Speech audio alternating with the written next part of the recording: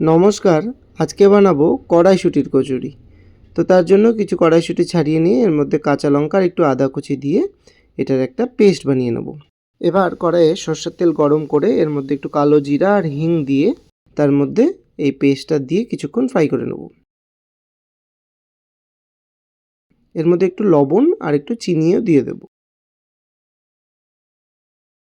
এটা কিছুক্ষণ ফ্রাই হয়ে গেলে এইদিকে ময়দা মেখে নেব। লবণ আর একটু রিফাইন অয়েল দিয়ে প্রথমে ময়দাটা ময়াম দিয়ে নেব। ভালোভাবে ময়াম হয়ে গেলেই এর মধ্যে গরম জল দিয়ে ভালো করে ময়দাটা মেখে নেব। শেষে একটু রিফাইন অয়েল মাখিয়ে এটাকে কিছুক্ষণ ঢেকে রেখে দেব। এবার এইদিকে যে মটরশুঁটির পেস্টটা বানিয়েছিলেন সেগুলো দিয়ে একটু গোল গোল পুরগুলো বানিয়ে রেখে দেব।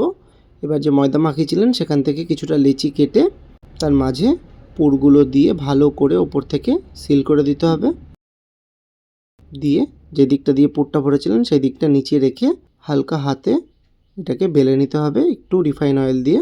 দেখুন কড়াইশুঁটির পুরটা কি সুন্দরভাবে ইভেনলি ডিস্ট্রিবিউট হয়েছে। এবার রিফাইন অয়েল গরম করে এগুলোকে এক এক করে তেলে দিয়ে ভেজে নিতে হবে।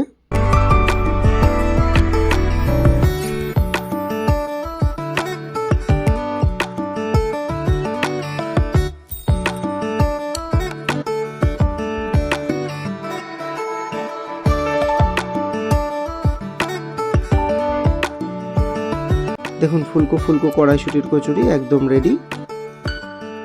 এটা এবার আলুর দম দিয়ে আপনারা সার্ভ করতে পারেন।